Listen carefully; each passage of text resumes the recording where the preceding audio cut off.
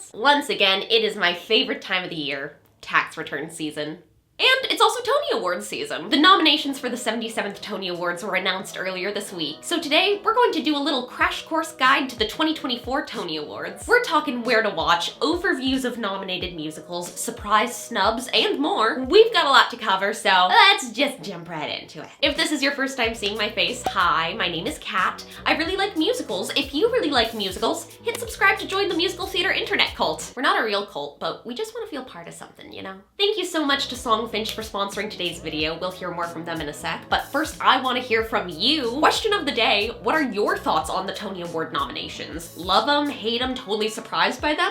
Let me know your thoughts in the comments down below. So let's discuss this year's Tony Awards. It's going to take place on Sunday, June 16th, 2024, over at the Lincoln Center for the first time ever. I love Lincoln Center. I saw King and I with Kelly O'Hara there, and it's just a beautiful, beautiful space. I mean, any space with Kelly O'Hara in it is a beautiful, beautiful space, but Lincoln Center especially. It'll air live on Sunday, June 16th on CBS and Paramount+. The awards will be hosted by Ariana DeBose for the third year in a row. I think she'll do a phenomenal job. I'm sure she'll be great. I'd also maybe next year like to see her pass the torch. I'd love to see them maybe change it up. If you remember this time last year, the Writers Guild strike was in full swing and the Tonys had to go on unscripted. So I'm really looking forward to seeing the show and like the structure of the show now that we have the writers back. Speaking of writers, let's take a quick moment to learn about today's sponsor. You know when you're listening to a song and it resonates with you so deeply that it almost feels like it was written about you or about you and a loved one? Well, now you can create it and gift it to someone you love with an original song from Songfinch. Songfinch lets you create an original radio quality song inspired by you and the people you love. It's completely unique, personal, and lasts forever. Songfinch walks you through a simple process where you share who the song is for, what your relationship with them is like, what style you want the song to be, and then an actual Songfinch musician of your choosing will write, record, and produce your original song in just 4 to 7 days. So I decided to surprise my fiance Tim.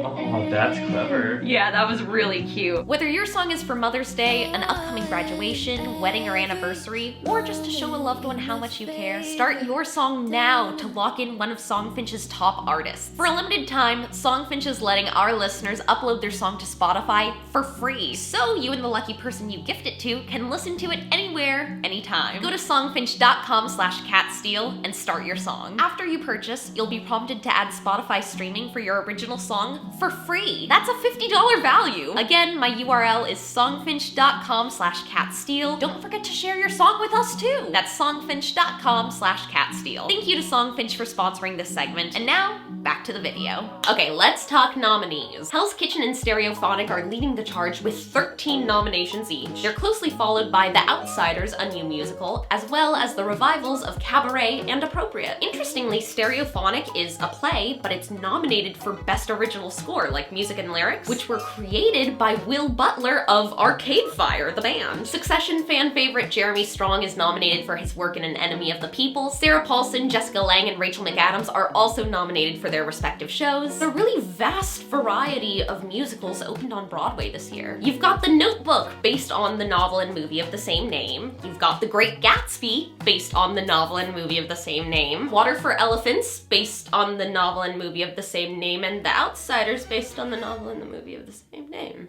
We've got 4 musicals nominated for Best Revival, including The Who's Tommy, Gutenberg starring Andrew Rannells and Josh Gad, but it really seems like the revival race is going to be down to 2 musicals, and that's going to be the somewhat divisive production of Cabaret and the fan favorite Merrily We Roll Along. We've also got 5 brand new shows nominated for Best Musical: Hell's Kitchen, Illinois, The Outsiders, SUFFS, and Water for Elephants. Hell's Kitchen is inspired by the life of and features the music of Alicia Keys. The story follows a fictionalized version of Alicia Keys at 17 years old, where she first discovers love and her love of music in her neighborhood in New York. Shoshana Bean is mothering, quite literally, as her overprotective mother, Jersey. Illinois is a dance review inspired by and featuring the music of Sufjan Stevens' 2005 album of the same name. The show opened on Broadway late last month and is currently scheduled only to play a limited run run through August. However, I strongly suspect, depending on how it does during awards season, that they might extend. The Outsiders, based on the novel and movie of the same name, the classic story finally hits the stage. It's a coming-of-age story set in 1950s Oklahoma between two rival greaser gangs. Stay gold, pony boy. SUFFS tells the story of the women's suffrage movement and the events leading up to the ratification of the 19th Amendment. It stars Jen Colella, Nikki M. James, and Sheena Taub, who also wrote the book, music, and lyrics for the show.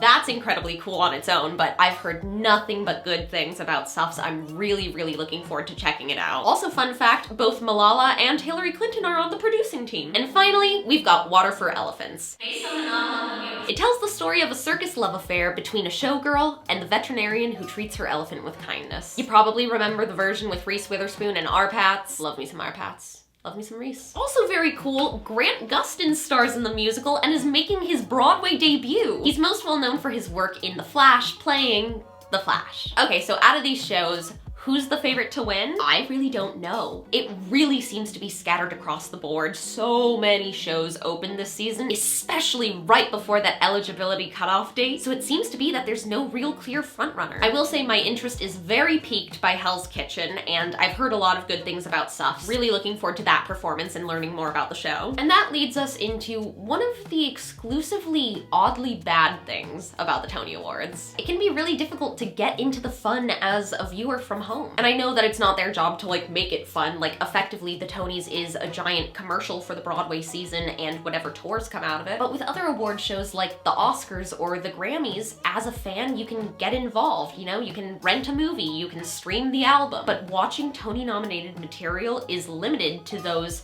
in New York during the run of the show who are able to get tickets, let alone afford them, which, oh my god, so expensive. Like, they've always been very expensive, but right now, they're on a new playing field. Of the 39 shows that were eligible for this Broadway season, 8 of them were not nominated at all, including Harmony, Once Upon a One More Time, and the revival of The Wiz. Fan favorite How to Dance in Ohio was unfortunately amongst those not nominated. The Notebook, Back to the Future, and Great Gatsby were all shut out from the run for Best Musical, which shocked me. Notably, neither fan favorite performer Joy Woods nor composer Ingrid Michaelson were nominated for their work on The Notebook. The somewhat controversial Lempecka, which received 3 nominations, has already announced its closing date, which makes it the first casualty of the Tony nomination season. Also, I see this question online every year, and it's also something that I've been getting in person a lot this year specifically, so I always like to clear it up when we're talking about Tonys. A production can only get nominated for a Tony in the year that it opens, or rather the Broadway season that it opens. That's the only time that they'll be eligible. So longer running shows like Hamilton or Wicked aren't eligible. They were eligible in the year that they open. Revivals can be nominated because they're an entirely new production. It's almost kind of like a remake, but with largely the same material. Anywho, those are just a couple of my thoughts on the Tony Awards. I want to hear from you. What are your thoughts on the nomination, the awards ceremony, all things Tony Awards? Let me know your thoughts in the comments down below. If you like this video, go ahead and give it a big thumbs up. If you're new here, hit subscribe, join the musical theater internet cult. Thank you to Songfinch for sponsoring this video. Go check them out. Click the link down below. Visit songfinch.com/catsteele. I hope you're having a great day. I love you so much. Break a leg, and I'll see you guys next time. Bye!